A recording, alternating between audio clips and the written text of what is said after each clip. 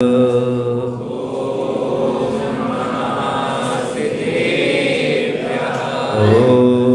नमः सिद्धेभ्यः।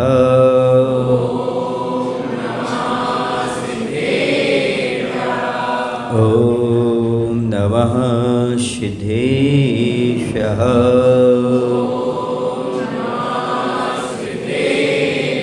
कौनिनमुक्कारम् अर्हन्ताडमतेः विसिद्धाडम् आर्यवच्छायाणं लोयम्येषौ साहुरं लोयम्येषौ। बोलिए हिंसा परमो धर्म की देवादिदेव श्री नेमिनाथ भगवान की, आचार्य गुरुदेव श्री विद्यासागर जी महाराज की, आचार्य समय सागर जी महाराज की, परम पूज्य श्री कुंद सागर जी महाराज की, आचार्य संघ की। धर्म प्रेमी बंधु, जीवन में समय बहुत कम है।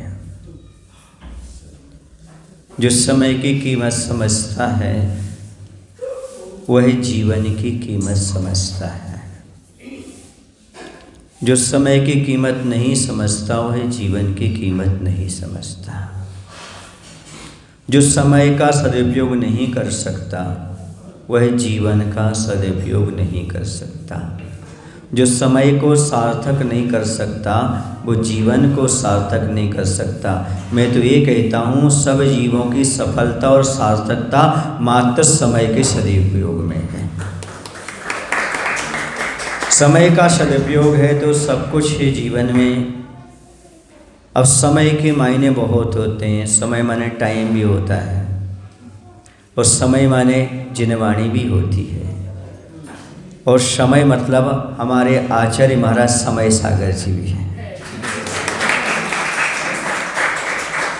हमें जो कुछ भी उपलब्ध हुआ है समय के नाम पर, उन सब का हम सदुपयोग कर सकते हैं और अपने जीवन को धन्य बना सकते हैं। कुछ लोगों का कहना रहता है कि हमें समय नहीं मिलता। हकीकत तो ये समय तो किसी को नहीं मिलता, समय निकालना पड़ता है। समय किसी के पास नहीं है। चक्रवर्ती के पास तो बिल्कुल भी समय नहीं था, पर वो 8 घंटे निकालते थे। कितने? किसके लिए? धर्म पुरुषार्थ के लिए। 8 घंटे देश के लिए, 8 घंटे स्वयं के परिवार के लिए, शयन आदि भोजन को, और 8 घंटे पूरा किसके लिए निकालते थे? धर्म ज्ञान के लिए। इसलिए वह बहुत आरंभ और परिग्रह में रहते हुए भी मुक्ति का लाभ प्राप्त करें। आप भी सबके बीच में रहते हुए समय निकालो। कुछ लोग कहते हैं धर्म करने के लिए समय नहीं मिलता। मैं पूछता हूँ, जब समय मिलता है तब धर्म करते हो कि नहीं करते हो? जब समय मिलता है तब क्या करते हो? घूमने निकल जाते हो? लोनावना क्या है, गांव है ना कुछ, खंडाला, लावना, कहाँ कहाँ निकल जाते हो? बस एक नियम ले लो, जब भी समय मिलेगा मैं धर्म करूँगा। तुम्हारा कल्याण घर में रहते भी हो जाएगा। जब भी समय मिलेगा मैं क्या करूँगा? धर्म करूँगा। मोबाइल नहीं चलाऊँगा, घूमने नहीं जाऊँगा, बच्चों के साथ ज़्यादा समय नहीं बिताऊँगा और पिकनिक पर नहीं जाऊँगा। क्या करूँगा उस समय?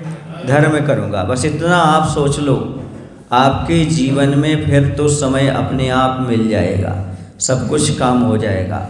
और मंदिर में आकर के एक नियम ले लो, थोड़ा सा आपस में बातें कम करेंगे। मैं तो कहता हूँ स्वाध्याय को भी आधा घंटा मिल जाएगा आपको। जो सहेलियों से बातें हो जाती हैं, जो पंचायत की बातें हो जाती हैं, जो और अनर्गल बातें हो जाती हैं। अभी निश्चल भाई हमारे साथ जंगल गए, उन्होंने कहा महाराज श्री एक बहुत अच्छा सूत्र में आचसी का याद आया, दोष बाधे मौनम। मैंने कहा बहुत अच्छा सूत्र है। यदि आदमी दूसरे के दोष देखने में मौन हो जाए, कहने में मौन हो जाए, तो उसे आधा घंटा स्वाध्याय को समय अपने आप मिल जाए। ये समय हमें बचाना है। जो हम समय व्यर्थ की बातों में निकाल रहे हैं उसको बचा करके आप उसको सदुपयोग कर सकते हो। आज आदमी के पास समय तो है, पर जिनको पेट भरना है उनके पास है, पेटी भरने वालों के पास नहीं। समझ रहे ना? पेट भरना अलग है और पेटी भरना अलग है। अभी आपके पास इतना पर्याप्त है कि आपका पेट भर सकता है, पर अपन किसकी चिंता में है? पेटी भरने की चिंता में है। याद रखना, ज़्यादा पाप पेट भरने के लिए नहीं होता, ज़्यादा पाप तो पेटी भरने के लिए होता है। आत्मानुशासन ग्रंथ में लिखा हुआ है, आचार्य गुणवत्त महाराज ने लिखा है कि नदी में बाढ़ कभी स्वच्छ पानी से नहीं आती। नदी में बाढ़ कभी स्वच्छ पानी से नहीं आती, और घर में दाम की बढ़ोतरी, धन की वृद्धि नीति न्याय से नहीं आती। समझ आया ना? जब भी बाढ़ आएगी तो पानी कैसा हो जाएगा? ऐसी आवश्यकता से अधिक जब पैसा आपके घर में बढ़ेगा तो कहीं ना कहीं आपका पाप भी बढ़ेगा, अनीति की ओर आपको जाना पड़ेगा। तभी आपके पास धन का अंबार लगेगा, समझ? तभी आप अंबानी बन पाओगे, उसके बिना संभव नहीं है। सात्विक जीवन व्यतीत करते हुए इतना धन नहीं आ सकता। इसलिए कहते हैं लक्ष्मी और सरस्वती दोनों का योग बड़ा दुर्लभ है। जिसके पास लक्ष्मी है तो सरस्वती नहीं है, जिसका सरस्वती है तो लक्ष्मी नहीं है। मायने समझ रहे आपकी नहीं? मतलब ज्ञान है तो धन नहीं है, धन है तो, और मैं कहता दुनिया में सबसे बड़ा धन तो ज्ञान ही है। जिसे इतना ज्ञान हो गया कि हमने मनुष्य पर्याय क्यों धारण की, हम सावक हैं तो हमारे कर्तव्य क्या हैं, यही ज्ञान धन उसके लिए अमीर बनाने वाला है। दुनिया की दृष्टि में वो अमीर होते जिनके पास धन होता है, वो बड़े आदमी कहलाते हैं। पर धर्म क्षेत्र में जिनके पास जितना कम धन होता है या बिल्कुल नहीं होता, वो सबसे बड़े कहलाते हैं। अब बताओ आपको कौन से बड़े बनना है? कौन से? मैं बाहर से बहुत गरीब दिखता हूँ, मैं बाहर से बहुत गरीब दिखता हूँ, पर अंदर से भगवान के बहुत करीब रहता हूँ। मैं आप जैसा अमीर नहीं होना चाहता और भगवान से दूर नहीं होना चाहता। मैं तो और गरीब होना चाहता हूँ, भगवान के और करीब होना चाहता हूँ। मैं विषय कषायों से इतना गरीब होना चाहता हूँ, एक दिन खुद भगवान होना चाहता हूँ। बस समझ लो, हमारा धन का, हमारे मन का, हमारे तन का उपयोग किस में जा रहा है। एक एक समय की इकाई सोने के समान है। जैसे सोना गुम जाने पर आप बेचैन हो जाते हो, वैसे किसी की बुराई करते समय 5 मिनट खर्च करते उस समय आपको बेचैनी नहीं होती क्या? नहीं महाराज, बात ऐसी है कि जब किसी की प्रशंसा सुनते तो नींद आती है और निंदा सुनते नींद भाग जाती है। समझ गए? 6 रसों का त्याग है, पर निंदा रस अच्छे से चलता है। याद रखो, 6 रस त्याग नहीं करोगे तो ही मोक्ष मिल जाएगा, पर निंदा रस त्याग नहीं करोगे तो स्वर्ग भी नहीं मिलेगा। समझ गए? निंदा रस को नीच गोत्र का आश्रव, कौन सा आश्रव? और नीच गोत्र का आश्रव कौन से गुण स्थान तक होता है? नहीं, दूसरे तक। जहाँ तक अनंतानुबंधी का स्वभाव है वहाँ तक ही दूसरे गुण स्थान तक ही क्या होता है? बंद होता है। किसका? नीच गोत्र का। बंद विच्युति दूसरे गुण स्थान में ही होती है। किसकी? नीच गोत्र की। अर्थात आप समझ लो, या तो सम्यक दर्शन नहीं है या फिर सम्यक दर्शन से च्युत हो रहे हैं यदि हम किसी की निंदा के भाव बना रहे हैं तो। ये ध्यान रखना, मैं कर्म कांड से बात कर रहा हूँ, क्रिया कांड से नहीं। किससे बात कर रहा हूँ? आचार्य कहते हैं किसी की निंदा करना नहीं, किसी की निंदा सुनना नहीं, सुन रहे आप लोग की नहीं, और किसी की दोष देखना नहीं। आचार्य का सबसे अच्छा सूत्र है, मोक्ष मार्ग में यदि प्रगति चाहते हो तो दूसरे के दोष देखने में अंधे हो जाओ, दूसरे के दोष कहने में गूंगे हो जाओ और दूसरे के दोष सुनने में बहरे हो जाओ, मोक्ष मार्ग बहुत सरल हो जाएगा।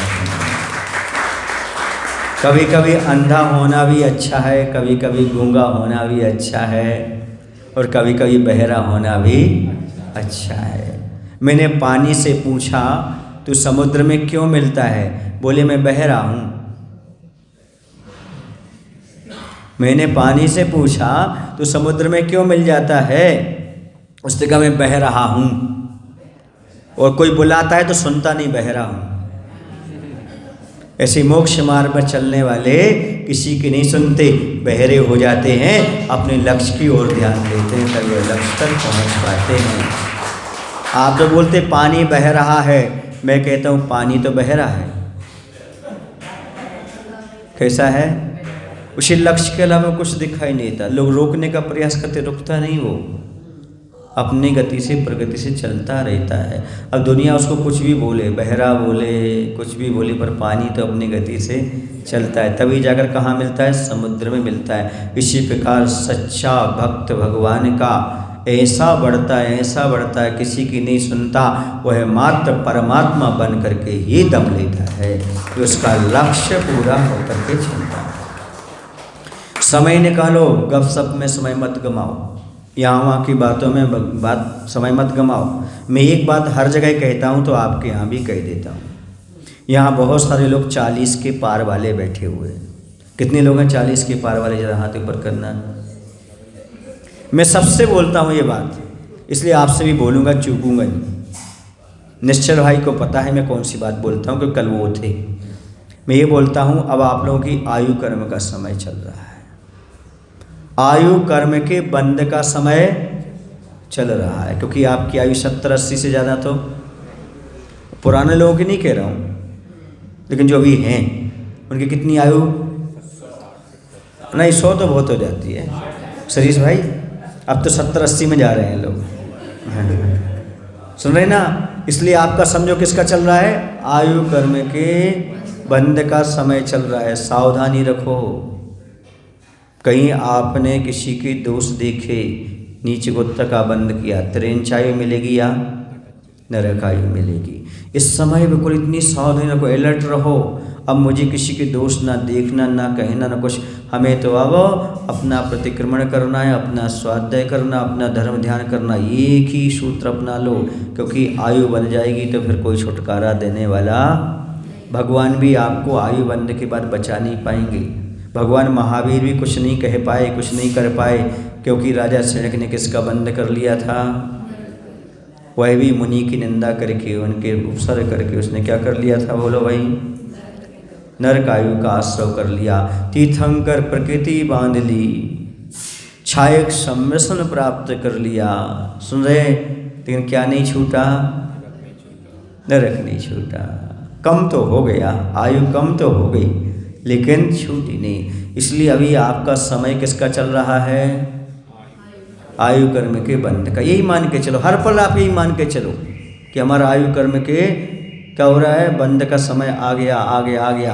पर हमेशा आप सावधान रहोगे, और सावधान रहोगे तो ये भाव भी सुधर जाएगा और अगला भाव भी सुधर जाएगा।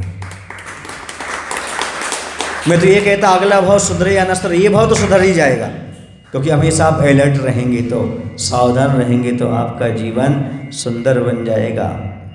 याद रखना, पेट भरने के लिए छूट है, पेटी भरने के लिए नहीं।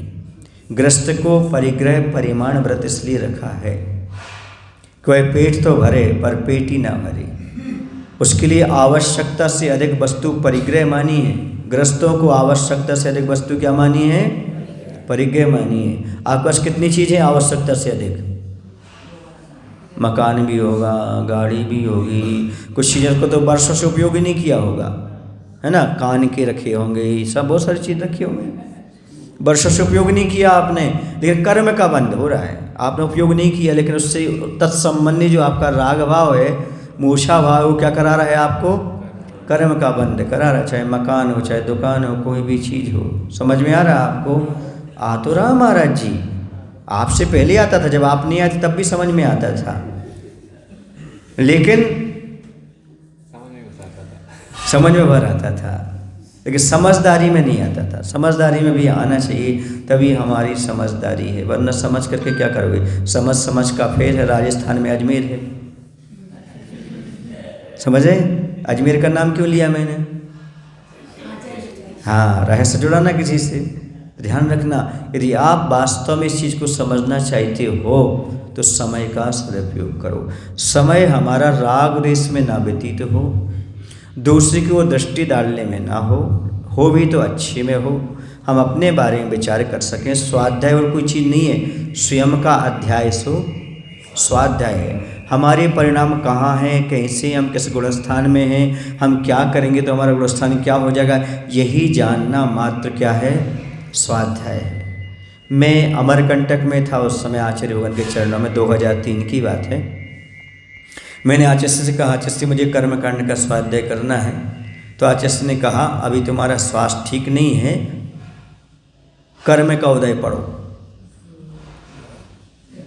कर्म का उदय पढ़ो, जो कर्म का उदय चल रहा है ना इसको पढ़ो, इसको जानो, प्रथमानुग का स्वाध्याय करो। कर्म कांड में थोड़ा सा क्या करता है, दिमाग से ये पड़ता है, थोड़ा सा अपन को क्या होता है, उसमें परिश्रम होता है, इसलिए अभी स्वास्थ्य ठीक नहीं है। अभी क्या करो, पद्म पुराण आदि पढ़ लो, और जो कर्म का उदय चल रहा है उसको पढ़ लो। जिसने कर्म का उदय पढ़ लिया उसने कर्म कांड भी पढ़ लिया, ये मान करके चलो। और क्या है स्वाध्याय का अर्थ, क्या है, मात्र शाब्दिक ज्ञान नहीं है, शाब्दिक के साथ साथ जो हमारे जीवन में परिस्थिति बनती है उस परिस्थिति में समता भाव रखना, परिणाम अच्छे रखना। समझ आ रहा कि नहीं आ रहा? हाँ, तब आपको मालूम पड़ेगा कि वास्तव में स्वाध्याय क्या है। आचार्य भगवान की एक एक चीज़ मालूम पड़ती है, वह स्वाध्याय रूप रहती थी। जैसे आज हमने सोचा आज ऐसे होते तो क्या विचार करते, लाइट नहीं है ना, ठंडी, टीन सेट, सब आज ऐसे क्या सोचते, आज तो अच्छी कर्मजरा का साधन मिल गया। किसका साधन मिला, कर्मजरा का साधन मिला। समझ रहे आप लोग कि नहीं? स्वाध्याय इसी का नाम। उस समय आपका समता परिणाम बना रहे तो समझो स्वाध्याय का फल है। हर चीज़ में अच्छा ही खोजने का प्रयास करो, हर चीज़ में अच्छा देखने का प्रयास करो, क्योंकि ये समय किसी प्रकार का व्यर्थ गंवाने का नहीं है। आप जैसे यहाँ वहाँ की बातों में समय गंवा देते हो, फिर कहते धर्म ध्यान को समय नहीं मिलता। चक्रवर्ती को कैसे मिलता था, राजा महाराजा को कैसे मिलता था? उनके पास 24 घंटे थे कि 25 थे? आपके पास कितने हैं? फिर आप कोई गरीब आदमी तो नहीं है। चक्रवर्ती के देखा जाए तो बराबर हैं आप, तीर्थंकर के देखा जाए तो आप बराबर हैं। बोलो गलत कह रहा हूँ? किसके मामले में? 24 घंटे के मामले में। वो तीर्थंकर को भी उतना ही था, वो चक्रवर्ती को भी उतना ही था, वो आचार्य भगवंत को भी उतना ही था, कुंतु सागर को भी उतना है, और आपको भी उतना है। आप चाहो तो उसका उपयोग कर सकते हो, ये आपके ऊपर डिपेंड करता है। बाकी है बराबर, कोई इसमें कोई कमी नहीं है आपके पास। समझ रहे आप लोग कि नहीं? इसका हमें ध्यान रखना है। एक एक समय हमारा बहुमूल्य है, इसकी हमें कीमत करना आना चाहिए। याद रखना, जो समय को बर्बाद करते हैं वो जीवन को बर्बाद करते हैं, जो समय का सदुपयोग करते हैं वह जीवन का सदुपयोग करते हैं। क्योंकि एक एक इकाई से मिलकर के समय बना हुआ है, एक एक पल, एक एक सेकंड, इनसे मिलकर के क्या बना हुआ है? समय बना हुआ। आप इसको खर्च करते हैं। मैं आपसे पूछना चाहता हूँ, बिजली का बिल आता है कि नहीं आता है? तो आप बिजली सोच समझ के खर्च करते हो ना? हाँ, गैस सिलेंडर कभी कभी तो पानी उबालते ही नहीं हो, कच्चा रख देते ज़्यादा, क्योंकि गैस ज़्यादा खर्च हो जाएगी, है ना? जो चीज़ पैसे में मिलती है आप उसका क्या करते हो? सदुपयोग करते हो, व्यर्थ नहीं जाने देते हो। यदि आपको ये जिंदगी क्या फ्री में मिल गई है? आपको मनुष्य पर्याय फ्री में मिली है क्या? बोलो भाई। पूरी संपत्ति भी आप दे दो तो 1 घंटा भी तुम्हें बढ़ाई नहीं मिल सकता। जितनी आयु है ना उसमें से 1 घंटा भी बढ़ा कर कोई नहीं दे सकता आपको। पूरी संपत्ति दे दो आप। अब बोलो, आप बिजली में आप सोच समझ करके खर्चा करते हो, पेट्रोल का सोच समझ के खर्चा करते हो, गैस का सोच समझ के खर्चा करते हो, भोजन बनाने में। समय के बारे में इतने लापरवाही क्यों हो आप? जबकि समय तो खरीदा भी नहीं जा सकता, लौट कर भी नहीं आ सकता, बढ़ाया भी नहीं जा सकता। इसलिए मैं कहता हूँ दुनिया में सबसे कीमती चीज़ यदि कोई है तो समय है, और सबसे कीमती वो है जो समय की कीमत जानता है।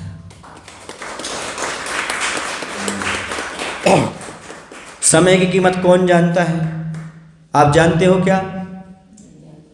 सुनो, कौन जानता कौन नहीं जानता। एक छोटा सा एग्जाम्पल आपके सामने रख रहा हूँ। एक बार की बात है, एक डॉक्टर था, उसकी क्लिनिक का एक समय था। उसने बाहर बोर्ड लगा रखा था 9:30 बजे के बाद क्लिनिक बंद हो जाती है, अब प्रातः 9 बजे ही मिल पाएंगे। उसने बोर्ड लगा रखा था, कृपया मुझे डिस्टर्ब ना किया जाए। लेकिन एक व्यक्ति को कुत्ते ने काट लिया। कितने बजे काटा उसको? 10 बजे। जैसे कुत्ते ने काट लिया तो दौड़ा दौड़ा वो क्लिनिक पर आया। उसने टाइम भी देखा, सब कुछ देखा, लेकिन उसने इमरजेंसी केस था तो उसने दरवाज़ा भी खटखटाया। अंदर से डॉक्टर बड़े गुस्से में आए और सीधा बोला, तुमको बोर्ड नहीं दिखता क्या? तुम पढ़े लिखे नहीं हो क्या? तो ये पता नहीं 9:30 के बाद नहीं मिलता? बोले, डॉक्टर साहब मुझे तो पता था पर कुत्ते को पता नहीं था। उसने 10 बजे काटा तो मैं क्या करूं? मैं तो उतनी बजे आऊँगा ना जितने उसने काटा है। तुमने ताली तो अच्छे से नहीं बजाई, एक बार और बजा लो फिर बात है। आप समझ गए होंगे समय की कीमत किसे है? आदमी को। पर मैं तो नहीं बोलना चाहता था पर आपने बोल दिया। यानी जो इंसान होता है वो समय की कीमत समझता है, जानवरों को समय की कोई कीमत नहीं। आप कौन हो? इंसान हो। तो अभी भी चेत जाओ, समय का सदुपयोग करो, एक एक पल का उपयोग करो। 6 आवश्यक का पालन करते हुए समय को निकालो। माला फेरते हुए, जप करते हुए, स्वाध्याय करते हुए, तत्व चिंतन करते हुए, अपने कल्याण की बात करते हुए ही समय व्यतीत करो। फिर देखना आपको लगेगा मैंने जीवन को वसूल कर लिया। व्यर्थ मत कमाओ, ये समय बहुत बहुमूल्य है, बहुत बहुमूल्य है।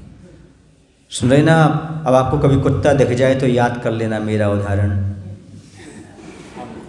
कि इसे मालूम नहीं है कि समय क्या है, मेरा क्या है। क्योंकि कुत्ता हर जगह दिख जाता है। शहरों में कुत्ता तो मिल जाता है, गाय ना मिले, घोड़ा ना मिले, लेकिन क्या दिख जाता है? बोलो ना भाई। ना भी दिखे तो घर तक आवाज़ तो पहुंच जाती है उसकी। हाँ, अभी हम रास्ते में आ रहे थे तो बोल रहा था, वाह वाह क्या महाराज है, वाह वाह क्या महाराज है, वो कह रहा था वहाँ पर। मैंने कहा यार, थोड़ी दूर तक लेने भी आया, छोड़ने भी आया। कौन? और क्या बोला? वाह वाह क्या महाराज। लोग कहते वो भौंक रहा है, भौंक नहीं रहा है, वो बता रहा है वाह क्या महाराज है। उसने भी देखा अच्छी तरह, समझ रहे ना?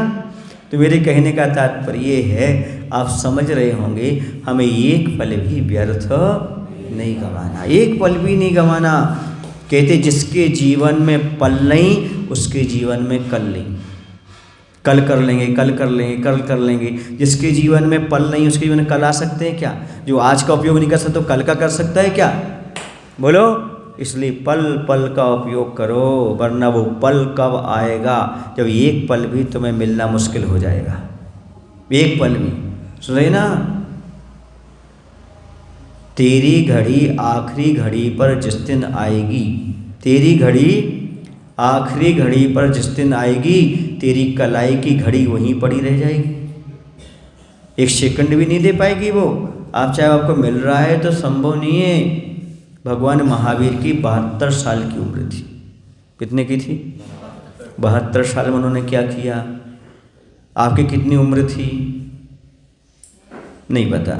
इतनी तो पता है कि अपनी कितनी निकल गई, क्योंकि बैट्समैन को ये मालूम पड़ता है हमने कितने रन बना लिए। अब कितने बना पाऊंगा? बोलो भाई। इतने बना लिए, इतना स्कोर हो गया अपने, ये तो मालूम रहता किसको?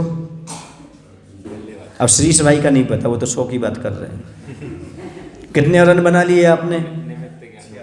40 बना लिए उन्होंने, सुन रहे ना। अब वो कह रहे अभी और चाहिए हमें, हाँ चौवन और चाहिए, वो कह रहे चौवन रन और। लेकिन जो बैट्समैन होता है ना, उसे भरोसा नहीं रहता कब चौका आ जाए, कब छक्का आ जाए, कब आ जाए। हाँ बनाने का शतक का तो रहता है, मैं शतक बना करके ही निकलूँ, जैसे ये कह रहे ना मैं शतक बना के निकलूँ, तो हर एक की भावना ये तो मैं शतक बना कर निकलूँ, शतक बना कर निकलूँ, पर पता नहीं कब खटक हो जाए, कोई भरोसा नहीं रहता। इसलिए एक एक बाल का वह सदुपयोग करता है, हर बाल पर छक्का मारने का प्रयास करता है वो, हर बाल पर चौका मारने का, बाउंड्री पार करने का प्रयास करता है। कौन? बैट्समैन। इसी प्रकार से आप बैट्समैन बनो, बैट्समैन अच्छे मैन बनो, और प्रत्येक पल पर छक्का लगाने का अर्थात प्रतिदिन 6 आवश्यक पालन करने का प्रयास करो। यहाँ छक्का का अर्थ क्या हो गया?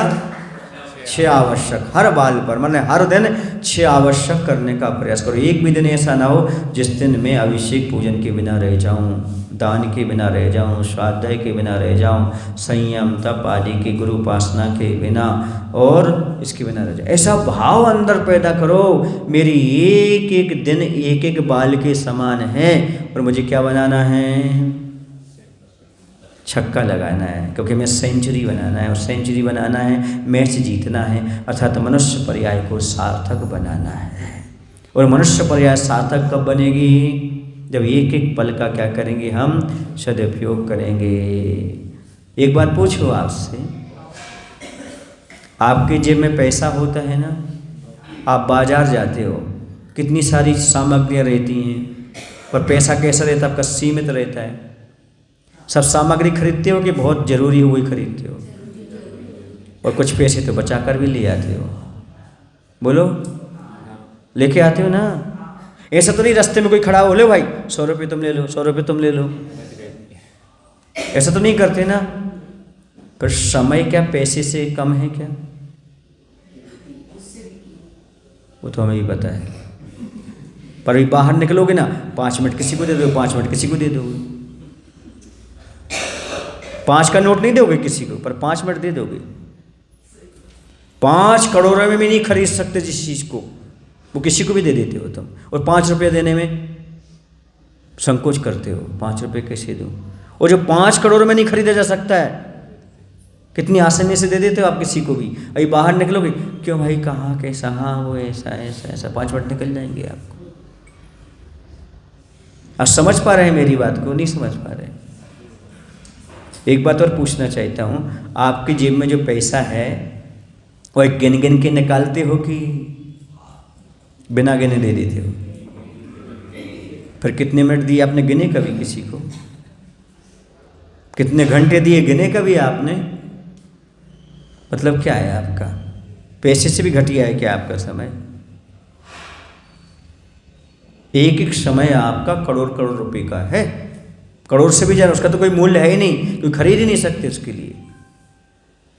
एक बात और पूछूं, अपने जीवन में कितना पैसा कमा सकते हो आप? अरमान कितने का है? कितने करोड़ का है? 100 करोड़? बोलो ना भाई। नहीं होंगे, मान लो, हाँ मान लो आप, सपोज 100 करोड़ का अपना लक्ष्य किया, ठीक है ना, जीवन भर 100 करोड़ आपने पूरा जीवन देके कितना कमाया? 100 करोड़। अब अंतिम समय आया, 100 करोड़ दे करके 1 घंटा खरीद लो,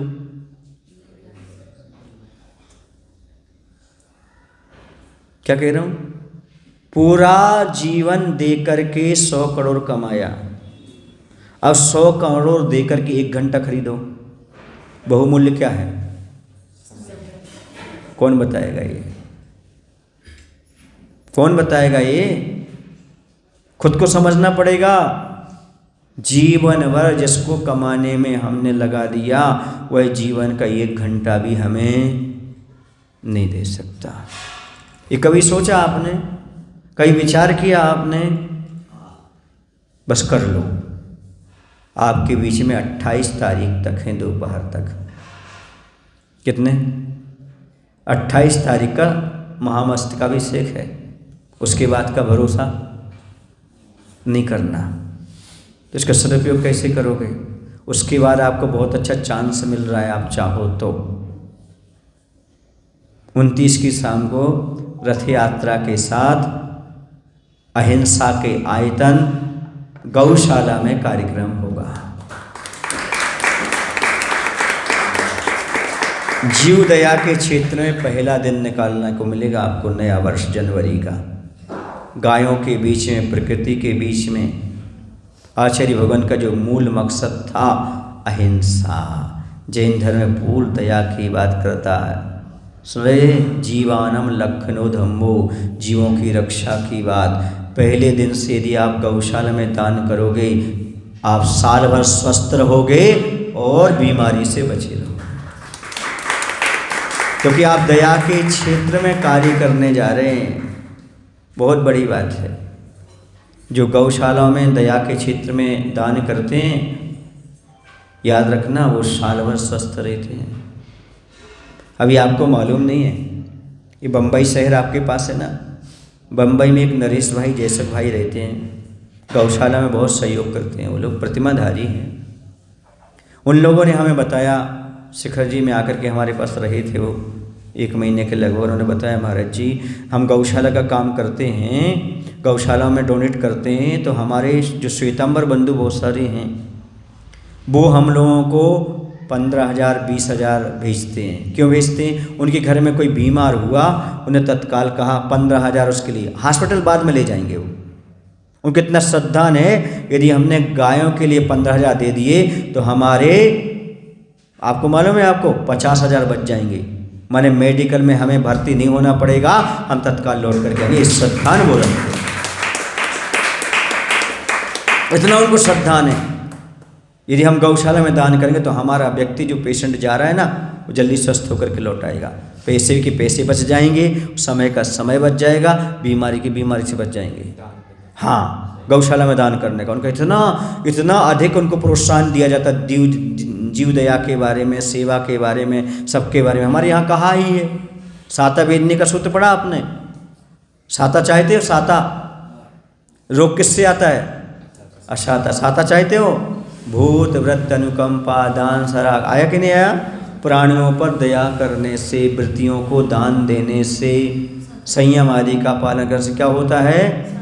साता बेदनी। वो इस सूत्र को बहुत अच्छे से फॉलो करते हैं। आप भी इस फॉलो करो। इसलिए मैं चाहता हूँ साल भर आप स्वस्थ रहना चाहो तो आ जाओ दयोदय, आ जाओ गौशाला, वहाँ पर 2 पैसा दान करो, आपके लिए बहुत साल भर लाभ प्राप्त होने वाला, ये मान करके चलो। समय का सदुपयोग, सही सदुपयोग है आपका नए वर्ष का। कहाँ पर? दया का। गायों को देखो, दया का पालन करो। और मैं तो कहता हूँ आचार्य भगवान का जो सबसे पहला सपना है, वहीं जाकर आप देखो कि ये दयोदय गायों के संरक्षण।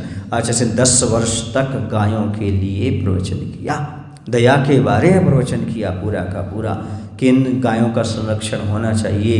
इसी से आपको शाता प्राप्त होगी, सब सात्विक चीज़ें भी आपको प्राप्त होगी। इसलिए मन यही है, आप लोगों का मन भी था कि हमारे गांव में होना चाहिए, पर हमने कहा आप लोगों को ये 27-28 जो है वीकेंड में मिल जाएगा, वहाँ अपन सब लोग चलेंगे और वहाँ जाकर के दया के क्षेत्र में भी बहुत कुछ करना है अपन को, वहाँ पर करेंगे। बजाना है तो अच्छे से बजाओ फिर दया के क्षेत्र में।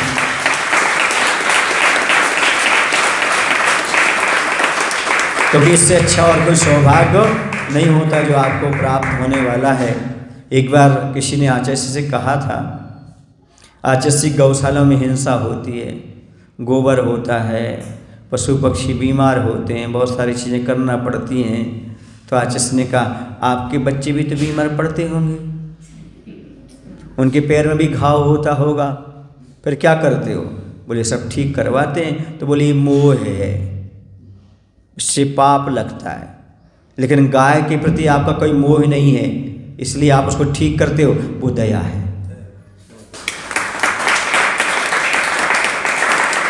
राग देश मोह औदिक भाव हैं और दया पारिणामिक भाव है।